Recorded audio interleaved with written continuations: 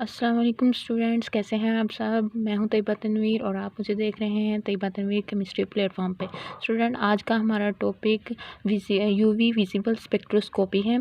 तो चलते हैं टॉपिक की जानिब। सबसे पहले यूवी विजिबल स्पेक्ट्रोस्कोपी के बारे में जानने से पहले हम देखते हैं कि स्पेक्ट्रोस्कोपी किसे कहते हैं। स्पेक्ट्रोस्कोपी कहते हैं जब हम मटेरियल किसी मैटर, ठीक है, किसी मैटर या और इलेक्ट्रोमैग्नेटिक रेडिएशन यानी मैटर और इलेक्ट्रोमैग्नेटिक रेडिएशन के दरमियान इंटरेक्शन को पढ़ते हैं, तो इसे हम इस स्टडी को स्पेक्ट्रोस्कोपी कहते हैं। मैटर यहाँ पे एटम, आयन, मॉलिक्यूल, ठीक है, एटम, आयन, मॉलिक्यूल या कोई भी बायोलॉजिकल कंपाउंड या कोई भी केमिकल कंपाउंड हो सकता है, ठीक है, केमिकल कंपाउंड हो सकता है, इसे हम मैटर कहते हैं। दूसरी तरफ इलेक्ट्रोमैग्नेटिक रेडिएशन जो हैं ये ट्रांसवर्स वेव्स होती हैं, ठीक है, ट्रांसवर्स वेव्स होती हैं, ये ट्रांसवर्स वेव्स होती हैं। और जैसे नाम से ज़ाहिर हो रहा है, इलेक्ट्रोमैग्नेटिक रेडिएशन मीन्स इनमें इलेक्ट्रिक एंड मैग्नेटिक दोनों कंपोनेंट पाए जाते हैं। और इलेक्ट्रिक और मैग्नेटिक कंपोनेंट के दरमियान जो एंगल होता है वो 90 डिग्री का एंगल होता है। और ये ऐसी रेडिएशन है जिनको प्रोपेगेशन के लिए किसी मीडियम मटेरियल की ज़रूरत नहीं होती। इट मीन्स कि ये मीडियम मटेरियल से इंडिपेंडेंट होती हैं और ये स्पेस में भी ट्रेवल कर सकती हैं।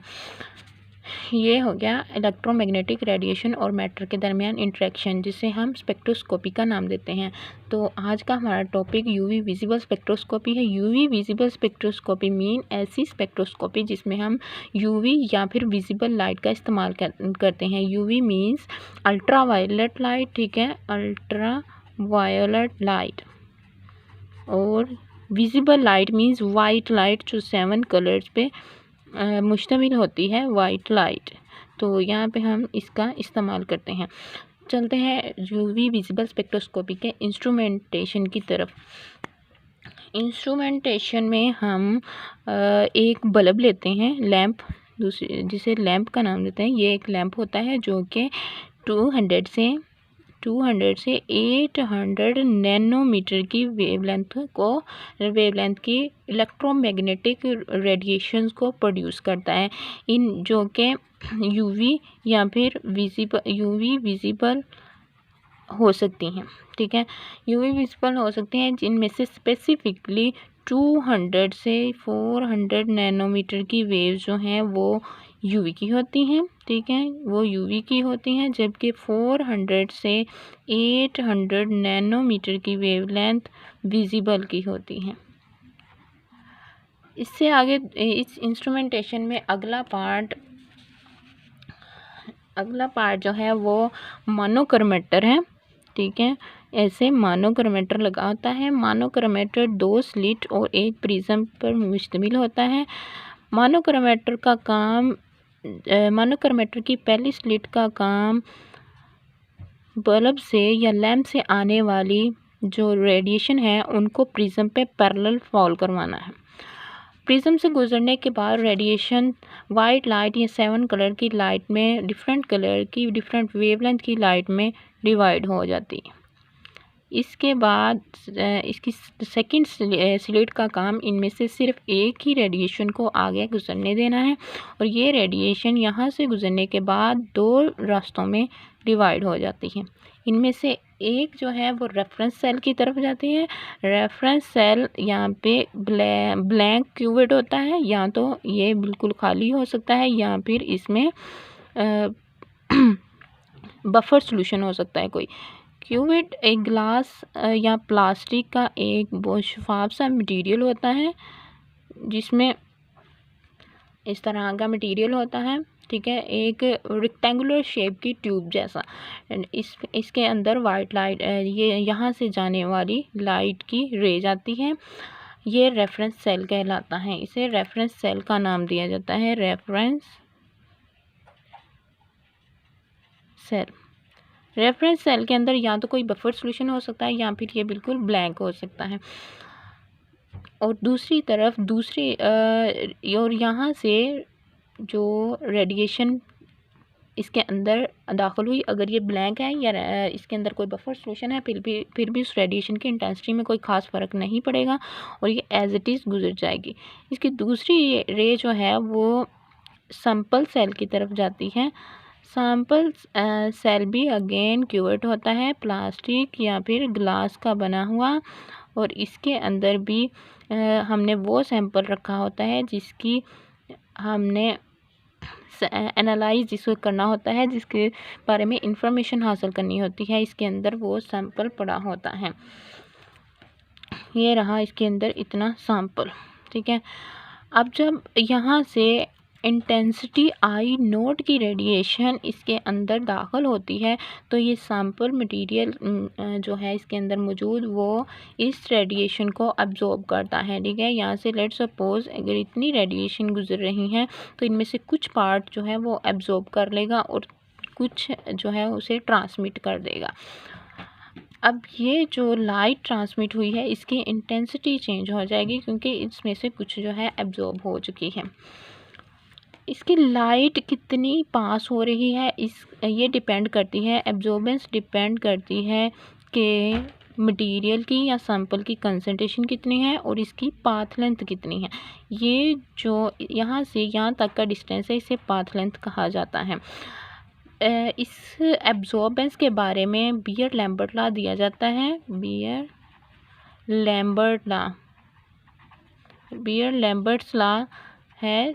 बियर ने बताया था कि अगर कंसंट्रेशन ज़्यादा होगी ट्यूब में तो उतनी ही ज़्यादा लाइट एब्जॉर्ब होगी। लैम्बर्ट ने बताया कि जितनी पाथ लेंथ ट्यूब की ज़्यादा होगी उतनी ही लाइट ज़्यादा एब्जॉर्ब होगी। तो इससे हम आगे जाके मज़ीद डिटेल में पढ़ते हैं। इसके बाद जो दोनों लाइट ट्रांसमिटेड लाइट है, इंसिडेंट लाइट जब रेफरेंस सेल से गुजरी तो ये एज इट इज़ आगे गुजर गई, जबकि इंसिडेंट लाइट जब सैंपल सेल से गुजरी तो इसका कुछ पार्ट एब्जॉर्ब हो गया और यहाँ से गुजरने वाली लाइट जो ट्रांसमिटेड लाइट है ये आगे डिटेक्टर के पास जाएंगी, ठीक है। यहाँ डिटेक्टर लगा होगा, ये आगे डिटेक्टर के पास जाती हैं। डिटेक्टर से गुजरने वाली लाइट को डिटेक्टर रिकॉर्डर के पास भेजता है और रिकॉर्डर इसका स्क्रीन पे इमेज दिखाता है। रिकॉर्डर स्क्रीन पे इमेज जो है वो स्पेक्ट्रम की फॉर्म में दिखाता है। ये हमारे पास एब्जॉर्बेंस की फॉर्म में यहाँ से एब्जॉर्ब हुआ, जबकि रिकॉर्डर ट्रांसमिटेंस की फॉर्म में रिज़ल्ट को दिखाता है। तो ये हम देखेंगे कि ये रिज़ल्ट ऐसे क्यों निकले हैं, ये सारा हम बियर लैम्बर्ट लॉ में पढ़ते हैं। तो यहाँ पे आज हमने यूवी विजिबल लाइट के बारे में थोड़ा पढ़ा था। यूवी ऐसी स्पेक्ट्रोस्कोपी जिसमें हम अल्ट्रावायलेट या फिर विजिबल लाइट का इस्तेमाल करते हैं, यूवी विजिबल स्पेक्ट्रोस्कोपी कहलाती है। और इसका इंस्ट्रूमेंटेशन में एक लैंप लगा होता है जो कि 200 से 800 नैनोमीटर की यूवी और विजिबल लाइट की रेडिएशंस लाइट को एब्जॉर्ब कर प्रोड्यूस करता है। इसके बाद आगे हमारे पास है मोनोक्रोमेटर, ठीक है। मोनोक्रोमेटर का काम इंसिडेंट लाइट को डिफरेंट वेवलेंथ और डिफरेंट कलर की लाइट में स्प्लिट अप करना है। मोनोक्रोमेटर की फर्स्ट स्लिट का काम पीछे से आने वाली रेडिएशंस को पैरेलल प्रिज्म पे फॉल करवाना है। सेकंड स्लिट का काम इस लाइट में से जो स्प्लिट अप हो चुकी हैं इसमें से स्पेसिफिक वेवलेंथ की लाइट को आगे गुजरने देना है। ये आगे दो रास्तों पे चलती है। एक लाइट जो है वो रेफरेंस सेल के पास जाती है और दूसरी लाइट की रेडिएशन जो है वो सैंपल सेल के पास जाती है। सैंपल सेल में लाइट की एब्जॉर्बेंस होती है जबकि रेफरेंस सेल में लाइट की कोई एब्जॉर्बेंस नहीं होती। और ये जो ट्रांसमिटेड लाइट है रेफरेंस सेल से आने वाली और सैंपल सेल से आने वाली, इन दोनों को डिटेक्टर डिटेक्ट करता है और फिर स्क्रीन पे हमें रिकॉर्डर जो है वो रीडिंग दिखाता है। ये यूवी विजिबल स्पेक्ट्रोस्कोपी का इंस्ट्रूमेंटेशन था। अब यूवी विजिबल स्पेक्ट्रोस्कोपी के प्रिंसिपल के बारे में देखते हैं थोड़ा सा कि इसका प्रिंसिपल क्या है। इसका प्रिंसिपल जो है वो ये है कि जब कोई लाइट की रेडिएशन जो है वो इस पे पड़ती हैं, हाँ जी, हम देख रहे थे प्रिंसिपल यूवी विजिबल लाइट का प्रिंसिपल। तो जब लाइट किसी मटेरियल पे पड़ती है, मतलब लाइट मटेरियल पे पड़ रही है, ये हमारे पास कोई मटेरियल है लेट्स सपोज, और यहाँ से रेडिएशंस आ रही हैं यूवी या फिर विजिबल रेडिएशन आ रही हैं। ये जब मैटर पे पड़ेंगी तो मैटर के अंदर मौजूद एटम्स या फिर मॉलिक्यूल्स इस लाइट को एब्जॉर्ब कर लेंगे। ठीक है, एब्जॉर्ब लाइट को एब्जॉर्ब कर लेंगे, और लाइट को एब्जॉर्ब करने के बाद आफ्टर लाइट एब्जॉर्बेंस ये जो है इनके इलेक्ट्रॉनिक ट्रांजिशन होगी। इलेक्ट्रॉनिक ट्रांजिशन मीन्स के इलेक्ट्रॉन्स लोअर एनर्जी लेवल से हायर एनर्जी लेवल में मूव कर जाएंगे।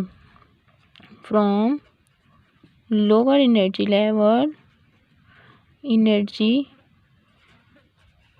Level to higher one. ठीक है, लोअर एनर्जी लेवल से इलेक्ट्रॉन हायर एनर्जी स्टेट में मूव कर जाएंगे। ये किससे होता है कि फॉर एग्जांपल अगर कोई इलेक्ट्रॉन सबसे लोअर एनर्जी स्टेट में मौजूद है और ये हमारे पास हायर एनर्जी स्टेट्स हैं, तो यहाँ से कोई ये वाला इलेक्ट्रॉन मौजूद है, अगर कोई रेडिएशन इधर से मिलेगी इसे जिसकी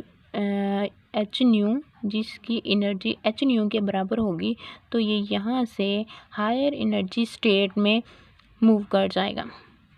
ठीक है, हायर एनर्जी स्टेट में, और हायर एनर्जी स्टेट में मूव करने के लिए वही रेडिएशन एब्जॉर्ब हो सकती हैं जिनकी एनर्जी इन दोनों स्टेट के दरमियान डिफरेंस के बराबर हो। यानी अगर इसको E2 स्टेट कहा जाए और इसे E1 एनर्जी स्टेट कहा जाए, तो अगर फोटोन की एनर्जी ऑफ अगर फोटोन की energy that is h nu ये बराबर हो जाए E2 minus E1 that is equal to delta E, यानी h न्यू डेल्टा E के बराबर हो जाए, तब ही मैक्सिमम एब्जॉर्प्शन होगी। ठीक है, मैक्सिमम एब्जॉर्प्शन, तो इस वक्त मैक्सिमम एब्जॉर्प्शन होगी। यही यूवी विजिबल स्पेक्ट्रोस्कोपी का प्रिंसिपल है कि जब लाइट को मैटर पे फॉल करवाया जाए तो इसके मॉलिक्यूल लाइट को एब्जॉर्ब करते हैं और इलेक्ट्रॉनिक ट्रांजिशन होती है। यह था हमारा आज का लेक्चर जिसमें हमने यूवी विजिबल स्पेक्ट्रोस्कोपी के इंस्ट्रूमेंटेशन और इसके बारे में पढ़ा था, इसके प्रिंसिपल के बारे में। नेक्स्ट वीडियो में इंशाल्लाह हम मज़ीद पढ़ेंगे जिसमें बियर लैम्बर्ट लॉ के बारे में बात की जाएगी कि बियर लैम्बर्ट लॉ ने किस तरह से यूवी विजिबल स्पेक्ट्रोस्कोपी में होने वाले एब्जॉर्प्शन और ट्रांसमिटेंस को एक्सप्लेन किया है। तब तक के लिए अपना ख्याल रखिए। अल्लाह हाफिज़।